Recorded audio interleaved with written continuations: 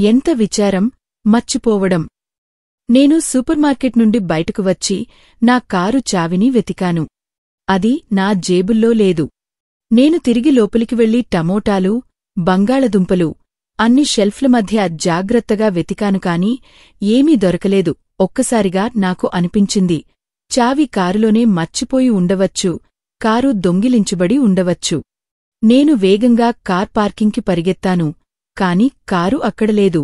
నేను పోలీసులకు ఫోన్ చేసి నా స్థానం, కారు వివరాలు, లైసెన్స్ ప్లేట్ వంటివి చెప్పాను మరియు చావిని కారులోనే మర్చిపోయానని ఒప్పుకున్నాను. ఆ తర్వాత నేను అత్యంత కష్టమైన కాల్ చేశాను. నా భార్యకు. డార్లింగ్. నా గొంతు వణికింది. నేను చావిని కారులో మర్చిపోయాను. అది దొంగిలించబడింది. చాలాసేపు నిశ్శబ్దం. ఆ తర్వాత ఆమె అరిచింది.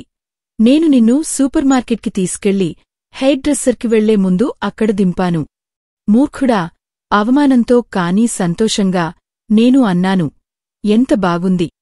అంటే నన్ను తీసుకోవడానికి వస్తున్నావా? ఆమె మళ్ళీ అరిచింది. నీవు మొద్దు. నేను పోలీస్ స్టేషన్లో ఉన్నాను. నేను కారు దొంగిలించలేదని వాళ్లను ఒప్పించాలి. ఒంటరిగా నవ్వకు. షేర్ చేయి.